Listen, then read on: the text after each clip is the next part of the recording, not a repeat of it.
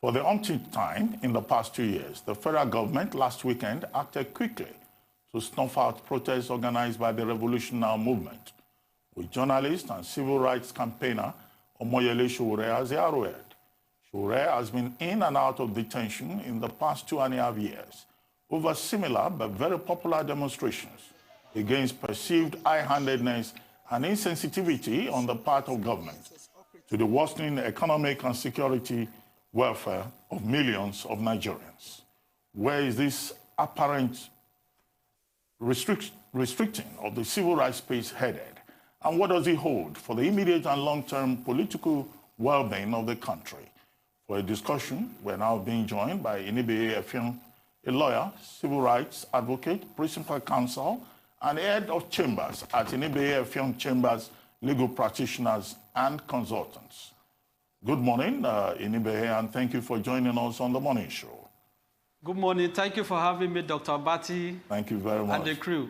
Thank you very much. Well, quickly, what's your take on what happened last week with security agencies stopping the protest by members of RevolutionNow? Well, what the police said was that they acted swiftly because those protesters violated COVID-19 guidelines, and that was their focus. And in any case, many of the persons who were arrested had since been set free.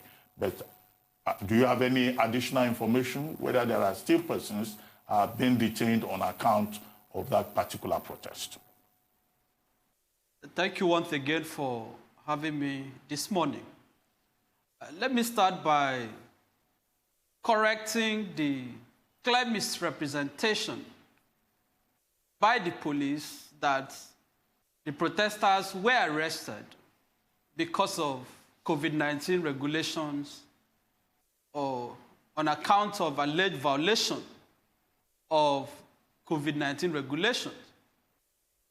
I was before the Lagos State Mobile Court on the 5th of August, where 19 protesters who were arrested in Lagos were arraigned, and myself with two other colleagues represented the protesters before the mobile court. The charge that was brought against them had nothing, absolutely nothing, to do with COVID-19 or alleged violation of COVID-19 regulations. So to that extent, that information by the police, to my mind, is false and misleading. When we were in court, we made it clear to our clients that they did not commit any offense, and there was nothing for them to plead guilty to. So we insisted, I personally insisted, that they should plead not guilty to the frivolous charge of conduct likely to cause breach of peace, and one drink, you can imagine, one drink. How can you charge Nigerian citizens for one drink in a democracy where people have freedom of movement, as if we are still in a colonial era? So the charges were frivolous. The paper on which the charges were written had more value than the charge itself. So the prosecutor, in his wisdom, had to withdraw the frivolous charge, and all the protesters were accordingly discharged, and the charge was struck out.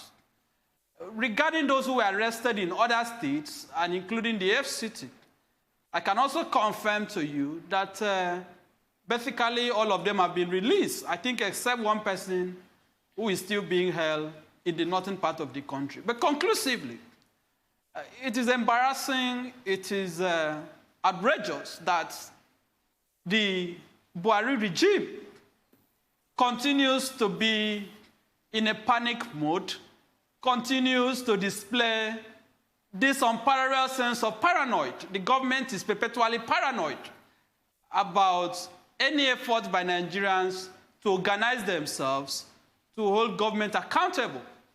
But what needs to be understood clearly is that protest is not just a legal right, it's a fundamental right that is constitutionally protected.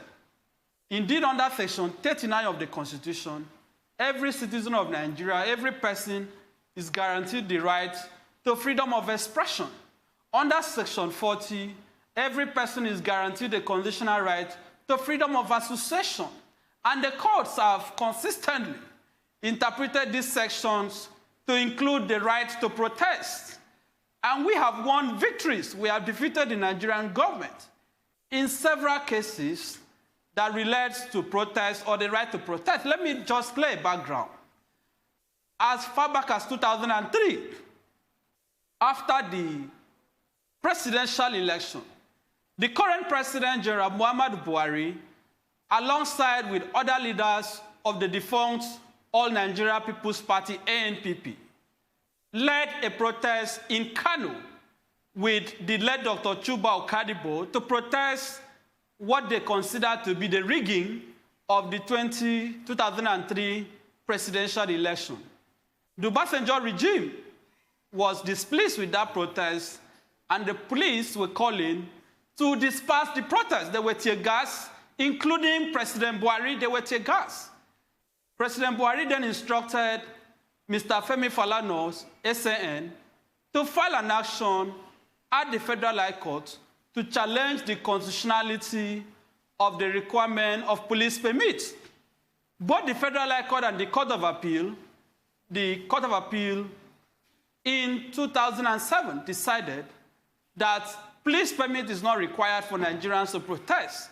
So this is the right that we have won in court. But furthermore, in recognition of the right of Nigerians to protest, the National Assembly decided to amend the Electoral Act in 2015, specifically Section 94 of the Electoral Act, to guarantee Nigerians the right to protest by limiting the role of the police in political processions, rallies, and the likes, to provision of security to protesters. So statutorily, the National Assembly has limited the role of the police in protest to provision of security. And just in 2018, when President Buhari traveled to the United Kingdom to seek medical attention and was outside the country for over 100 years, you would recall that Mr. Charles Oputa, popularly known as Charlie Boy, had led Nigerians on what he tagged resume or resign. You would also recall that the police were deployed to attack him and other protesters. I represented Mr. Charlie Boy at the Federal High Court, presided over by Honorable Justice John Soho, the current Chief Judge of the Federal High Court. And I defeated the Nigerian government in court. The court agreed with me that even when you claim that there is security intelligence, there is intelligence report that there will be breakdown of law and order, that the police cannot disrupt protests on account of perceived likelihood of breakdown of law and order. And that was my argument, that the role of the police is to ensure that there is no breakdown of law and order by protesting the protesters. And the court agreed with me and also awarded the sum of 50 million naira against the Nigerian police and ordered them to also tender apology in national newspapers. So the police is still indebted to my clients. They are yet to pay us. We have also won several other victories. You would recall that when this RevolutionNow protest held last year on August 5th, protesters were rounded up across the country and charged to court on frivolous charges. I happen to be involved in representing most of the protesters. Indeed, the first case to be determined arising from the RevolutionNow protest was in Ogun State, where I represented 4 of the protesters, and I got the charges in court thrown out. We have also secured several other victories from Akwa Ibom to Lagos and other parts of the country. Okay. And the point I am making is that there is no history, there is no precedent where people have gone out to protest peacefully and they were taken to court and charged in court for certain offenses and were ever convicted. So all these dubious, fraudulent charges that the police and the Nigerian state keep bringing up have always been thrown into the dustbin. We have always defeated them in court. Okay, so let us not misunderstand the issues. The fact clearly is that the right to protest is constitutionally guaranteed, and the judiciary has always affirmed that right. Mr. Inibehe Effiong, you described the administration as one in panic mode. However, in reaction to this latest RevolutionNow protest, a spokesperson for the administration says, this is mere child's play. He says it was a sprinkle of people and should not be taken seriously. What's your reaction to that? Because you paint a contrary picture to that. And why do you think that these protests have failed to garner the momentum for the administration to take it seriously? Mr. Femi Adesina, who made the now infamous statement, basically sought to insult the sensibilities of the Nigerian people by insinuating that the protest was a child's play. What he basically did was what we lawyers would call admission against interest, by saying that it was a child's play, it was an irritation, that is not something to be taken seriously. Every reasonable person would be tempted to ask, why would the military, why would the police, why would the Air Force be deployed to clamp down on what you tag or characterize as a child's play? Does it now mean that the Nigerian military has become so useless, has become so irrelevant, has become so inconsequential, that they had to be deployed in Abuja and other parts of the country to clamp down on a child's play? Does it mean that the State Security Service, which is supposed to be an intelligence gathering agency, has become so redundant that they had to be deployed to clamp down on a child's play? So as far as I'm concerned, what Mr. Femi Adesina said was an insult on Nigerians. But on the substance of the issue, we should not be distracted by the propaganda of the Buhari regime. Why the protests, doesn't seem to garner the kind of mass support that we would expect is because the political class, the Nigerian state, has been able to a large extent to suppress the Nigerian people, and Nigerians are also, unfortunately, very docile people. That explains why we haven't seen the kind of mass support that we would have loved to see. That doesn't mean that most Nigerians do not identify with the struggle or do not identify with the protest. On the contrary, Nigerians support the RevolutionNow protest. It is only that, as I have said, that the ruling class have succeeded in painting a picture that they have conquered the Nigerian people.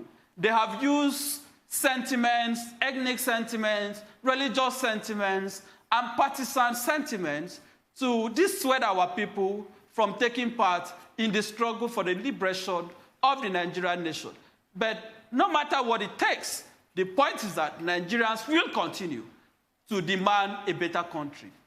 Okay, Inibehe, I just want to ask you this. While you were speaking, you said there's never really been a fallout of a protest that led to anybody being, having a long spell with the law. But I'll talk about Omoyele Showore's own. It was pre the RevolutionNow protest. He was arrested, and that case has been on for a while. So a lot of people also looked at, okay, why did Omoyele Showore go ahead to start another series of tweets to call for this protest when he was just, getting out of one that is still on ground? You want to explain that angle to me? It's quite nebulous to me.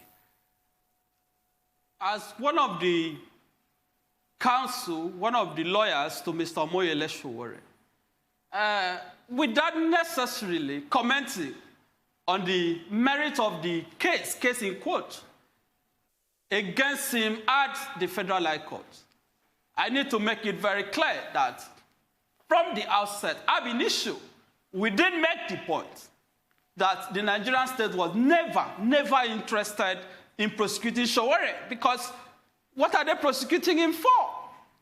What is the case against him? All that they wanted was to have him confined to Abuja and to also stop him from exercising his constitutional right. We are not bothered about the case in court. As you are even aware that for the number of times that we have been in court, the government has been unable to present witnesses. They have only called one witness. And while we were, the trial was going on at the last day that the court sat. They had to adjourn because they are not prepared. The court had to even order them to pay us 100,000 naira for wasting our time and the time of the court. So there is no legal incapacitation against Showore's right to express himself. There was no part of the order of the court that said that he cannot talk, that he cannot make comments on social media, or that he cannot express himself in the press. The only aspect of the bail condition, or the particular aspect of his bail condition that worries us, which we are now contesting at the Court of Appeal, is the one that restricts him to Abuja. But let me make it clear that Showore has the right to express himself, and he has been exercising that right within the ambits of the law. And we are not going to sit back and allow a regime that is paranoid, a regime that has led Nigeria into a state of economic dysfunction, a regime that has not been able to protect Nigerians, a regime that has made corruption a national policy, a regime that has divided Nigerians along ethnic and religious lines, a regime that has not been able to achieve any of their major and important manifesto and campaign promises. We cannot allow such a regime to determine the narrative or to tell Nigerians what to say and what not to say.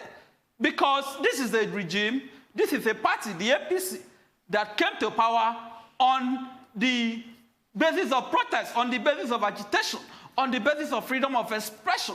And the same regime is now paranoid. The same regime has now declared war on Nigerians. The same regime has now basically declared a coup d'etat against the Nigerian constitution by constantly attacking anybody that wants to ventilate his grievance. You can imagine a situation where Southern Kaduna has now become the abattoir, where people are being slaughtered, people are being killed, where genocide is basically unfolding. And the police, the army, have not been able to protect the indigenous of Southern Kaduna. But just when women and indigenous of Southern Kaduna went out to protest, the Nigerian government deployed security forces to clamp down on protesters. How come that the so-called bandits, how come that the so-called Boko Haram have not been arrested, have not been prosecuted? On the contrary, they are being given money, they are being protected, they are being pardoned, in quotes, they are being reintegrated, in quotes, they are being pampered, they are being invited to the dining table by the Nigerian state. But those who are the victims of the slaughter, those who are victims of the killings, are being arrested, are being persecuted by the government. So what you have seen is a government that prevents violence as opposed to dialogue, a government that is not willing, a government that is not responsive to the yearnings and aspirations of the Nigerian people. Inibehe, yes, while I agree with you that the court did not give any specific order gagging Omoyele Sowore, but let's look at it from the view of the ordinary man. And the ordinary man, I think it's also very important in this. Will you consider the celebration of the anniversary of the original RevolutionNow protest, which was on August 5, 2019, and then the protest that we had last week? Will you consider it, in a sense, from the perspective of the ordinary man, not legal details, an act of provocation? Because you recall that the state prosecutor, in that particular case, when you went back to court to ask for a review of the bail conditions, had said in court that, look, if you vary the conditions, these persons are likely to repeat the offense. So what happened last week would seem, in the eyes of the ordinary man, to amount to a repetition of the offense. Because you recall at that time, part of the issue was even, Sowore and others singing revolutionary songs, something which, the government finds or found uncomfortable at that time. And now this time around, although we did not see Sowore in the forefront, Bakare was part of the protest in Osogbo. So wouldn't you say that was an act of provocation? Well, Dr. Bati, let me start from the Bakare aspect. I am not seized of the facts that led to the arrest of Mr. Bakare. I don't know his level of involvement in the said protest in Osogbo. But regarding Sowore, I want to make it very clear that there is no legal inhibition, there is no legal restraint on his right to express himself. We will never as Nigerians, allow the criminalization of the constitutional right to freedom of expression, which is what the Buhari regime is seeking to do. There is no court of law that has placed an embargo on Showore's rights to freedom of expression.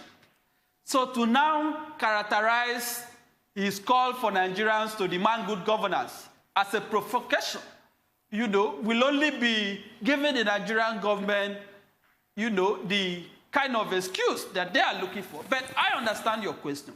There is nothing provocative in what Showore has done. There is nothing illegal. There is nothing unconstitutional in what he has done. Even under the worst military dictatorship in this country, from the Abacha dictatorship, from the Buhari dictatorship as the head of state, and all other military dictatorships in this country, Nigerians have always gone out to protest. So we cannot live in a so-called democracy and allow a regime or a government to tell Nigerians that they cannot protest or that they cannot express themselves. That is one ambition of the Nigerian state that will never yield results, because we will constantly and continuously continue to insist on our right to freedom of expression, on our right to freedom of association, and our right to protest. So we are not going to allow the State Security Service, and mind you, the SSS is supposed to be the secret police. It's supposed to be an intelligence gathering agency. They are not supposed to be seen every day. They are not supposed to be seen carrying out overt operations. But why are we allowing this kind of deterioration of an institution that is supposed to be involved in protecting Nigerians' internal security? Why should we keep quiet when the SSS that is supposed to be gathering intelligence on attacks by so-called bandits and Boko Haram, why should we be silent to watch and allow them to begin to clamp down on protesters, to begin to attack people for expressing themselves? This is the level of destruction. This is the level of decay, institutional decay, that we have witnessed under the Buhari regime. The SSS have no business, have no role, have no right, have no power to arrest people on account of protests. So what we are seeing is nothing but an abuse of power, is nothing but a discretion of the statutory rights and responsibilities of the State Security Service. And as I have made the point, there is no way we can allow them to continue, because those who claim to be leaders of the APC today, from Nasir El-Rufai to Mr. Gabashew and several other leading members of the ruling party today, had at one time or the other been victims of the politicization of the State Security Service. The same SSS that was used to ransack the APC campaign office in Lagos is now the same SSF that is being used to clamp down on peaceful protesters. The question is, this is the regime that promised change. This is the president who said he was going to do things differently. What have we seen? We have seen an escalation. We have seen a further deterioration of the decay of the politicization and the misuse of the SSS. And we have to deprecate this. We have to condemn this. Look at what is happening. You have a legal practitioner today, Mr. Emperor Obonna, who was detained by the SSS for a very long time in violation of a court order. Today, you have a soldier who is being detained by the SSS. The court has ordered him that they should be given access to his lawyers. The SSS have flouted the order of the court.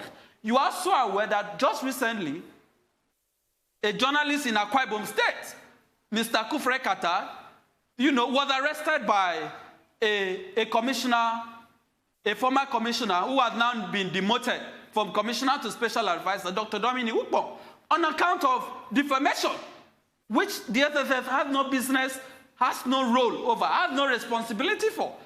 Even when I got a court order for his release, the SSS blatantly continued to keep him in incarceration. So this culture of impunity, this culture of lawlessness, this perception that the SSS is above the law, that the SSS is above accountability, we should never, never tolerate it. I think you made your point, but let me take you back to the question I asked you about the protests failing to garner momentum, you responded by saying, amongst other things, Nigerians are docile. But would you also agree with those who say, there's an insinuation, there's a perception that they are not true democratic activists anymore, who are selfless, like we had it in the days of the civil liberties organizations movement, for the reins of democracy to be reinstated or to be installed in the country? That, the activists we have today, the protests we have today, are those who are in bed, so to say, with the politicians they are trying to protest against.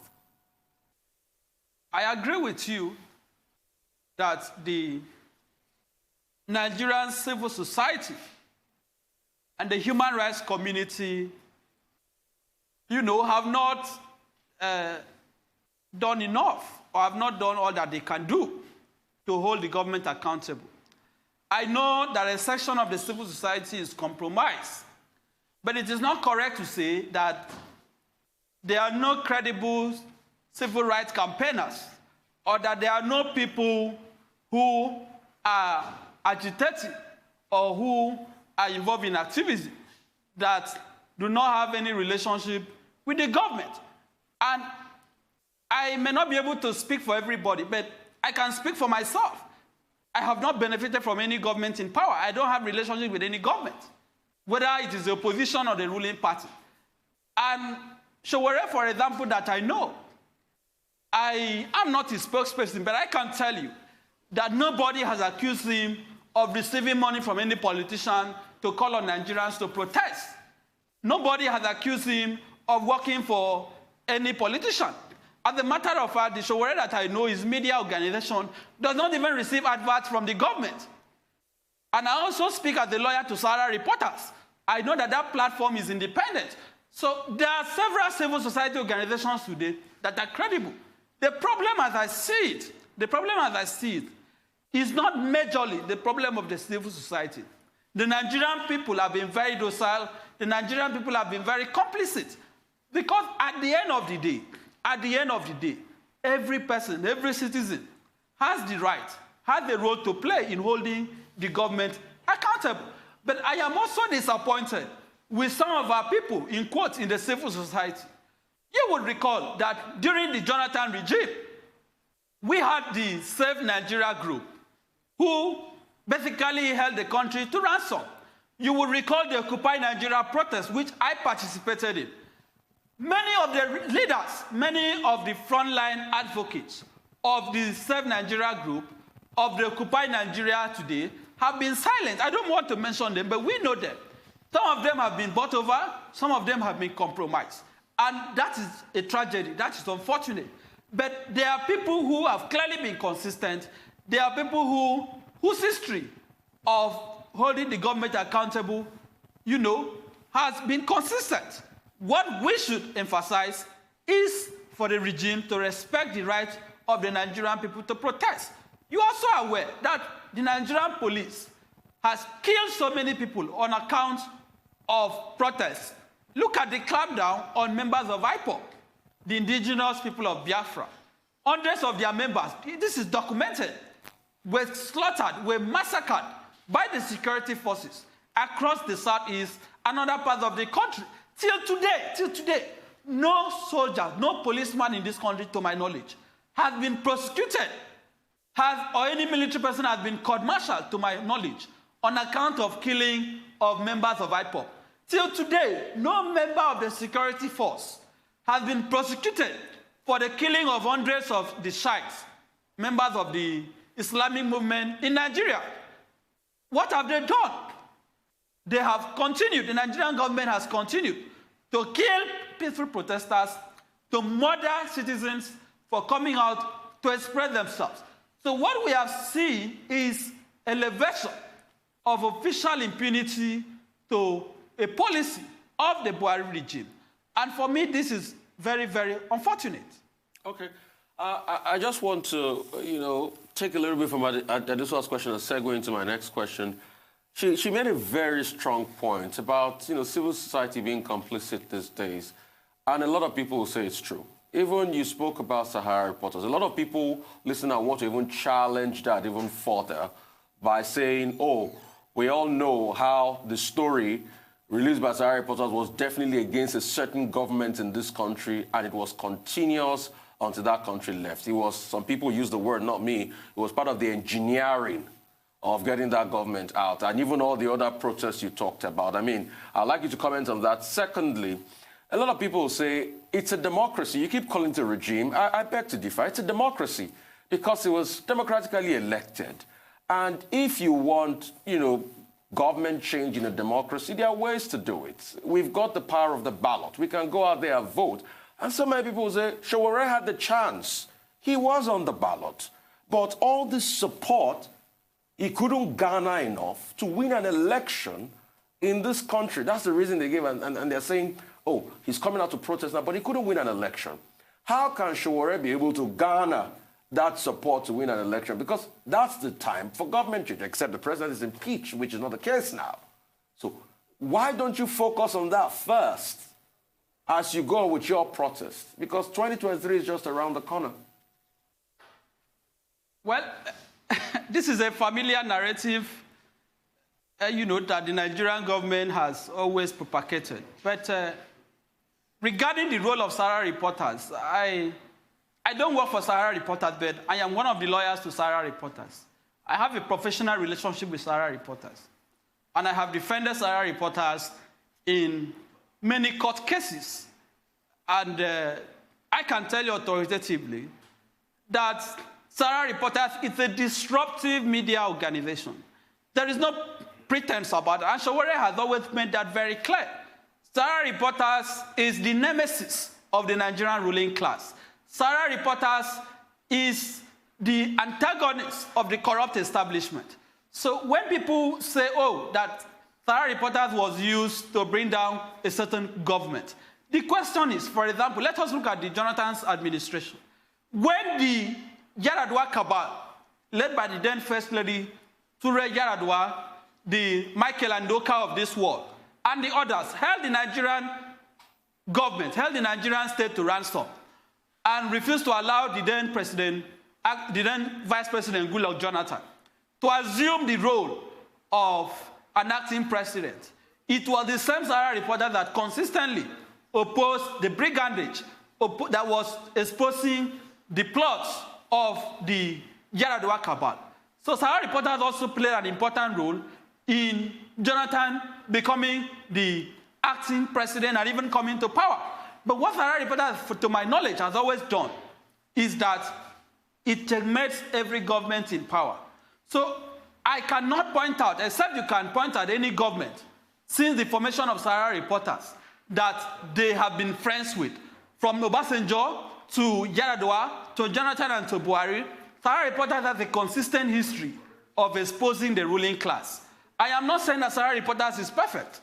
Like every media organization, they have their own inadequacies. But those inadequacies are inconsequential compared to the nationalistic, compared to the patriotic responsibility that they have paid for.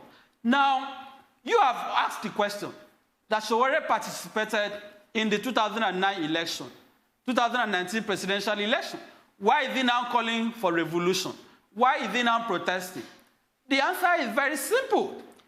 Sowore has not renounced his Nigerian citizenship. The only thing legal, the only thing that can stop Sowore from doing what he's doing is if Sowore wakes up tomorrow and says, oh, I want to renounce my Nigerian citizenship. I don't want to be a citizen of Nigeria anymore. You may not be aware, but let me make this known to you. Sowore has lived in the United States for so many years. He was eligible to apply for citizenship of the United States. But Sowore deliberately refused to apply to become a citizen of the United States. Why? Because he wants unallowed, undivided loyalty to the Nigerian nation. So he's not that kind of person. Somebody who went to jail during the military.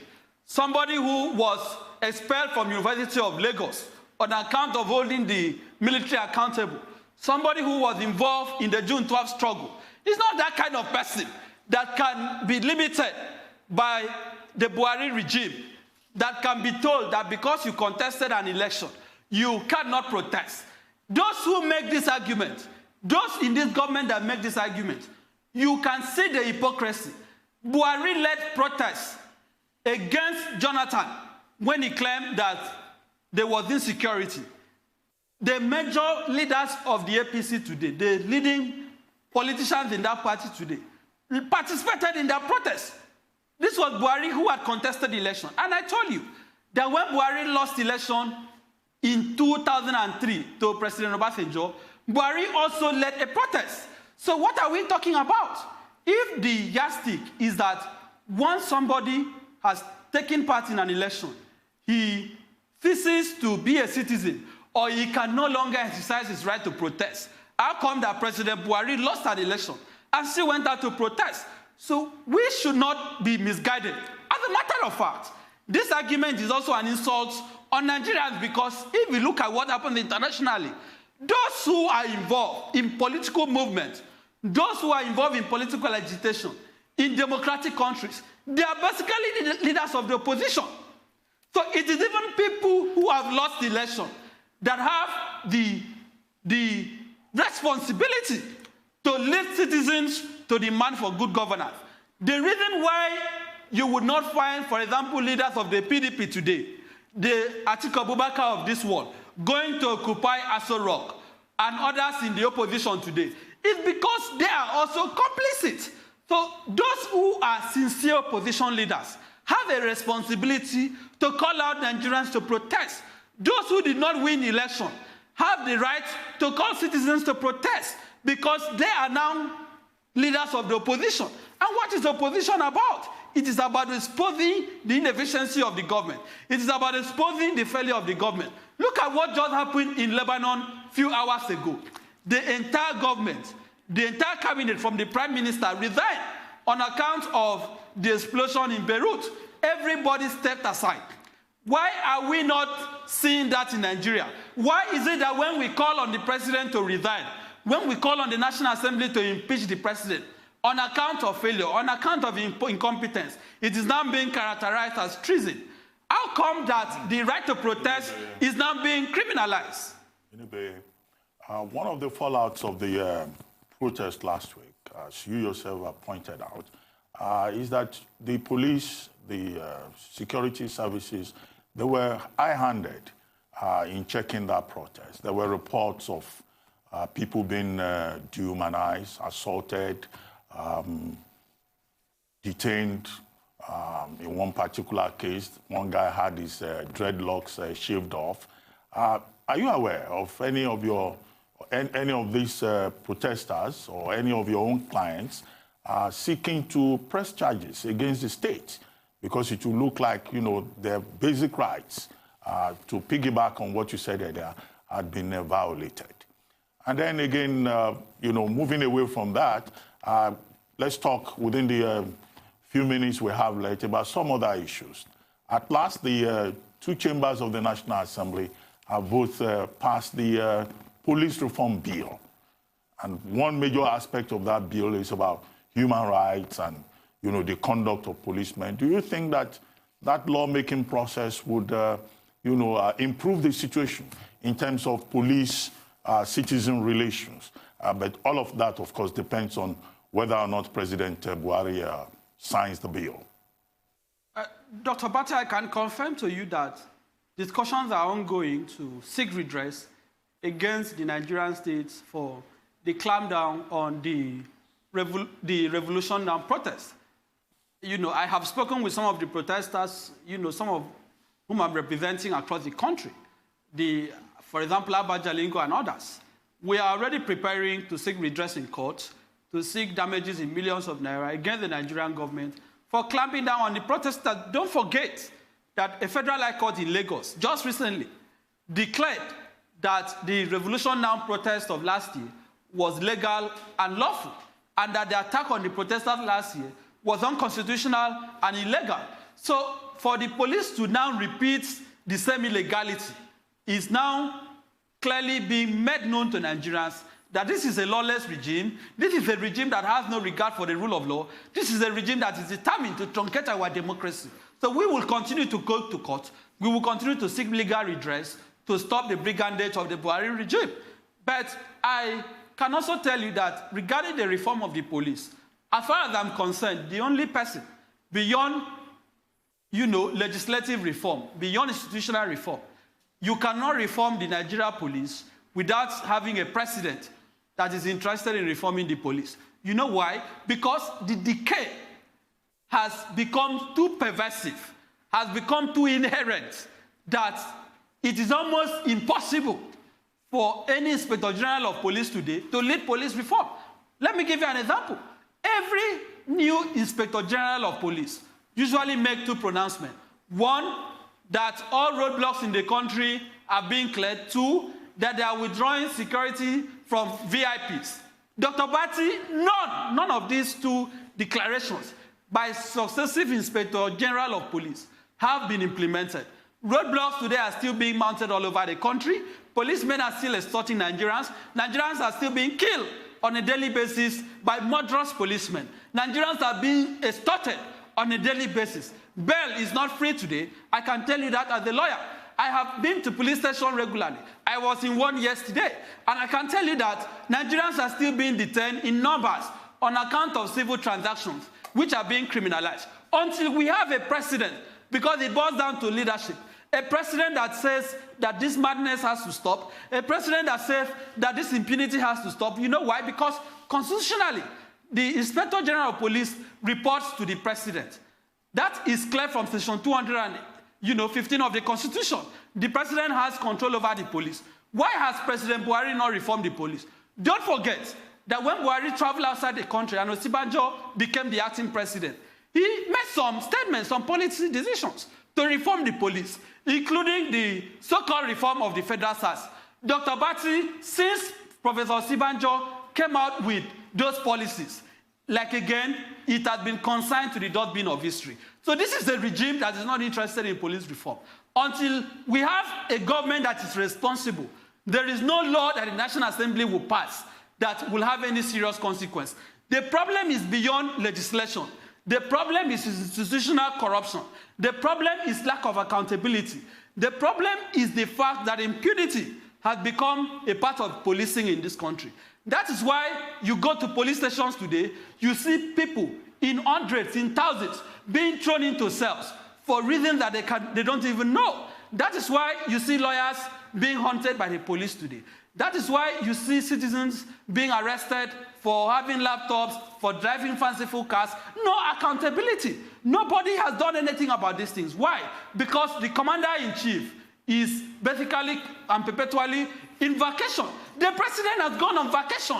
As that today, I can tell you, I do not feel the presence of a president in this country. And we are not exaggerating on these things. Look at the interministerial and interagency crisis that we are seeing in the public domain.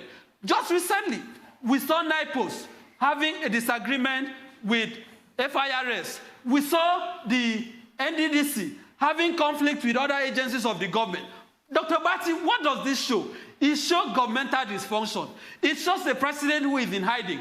How come that when there was security breach in the State House, President Buhari fired his chief security officer and other members of his personal security team? Dr. Bati, how come that they were dismissed? How come that they were fired?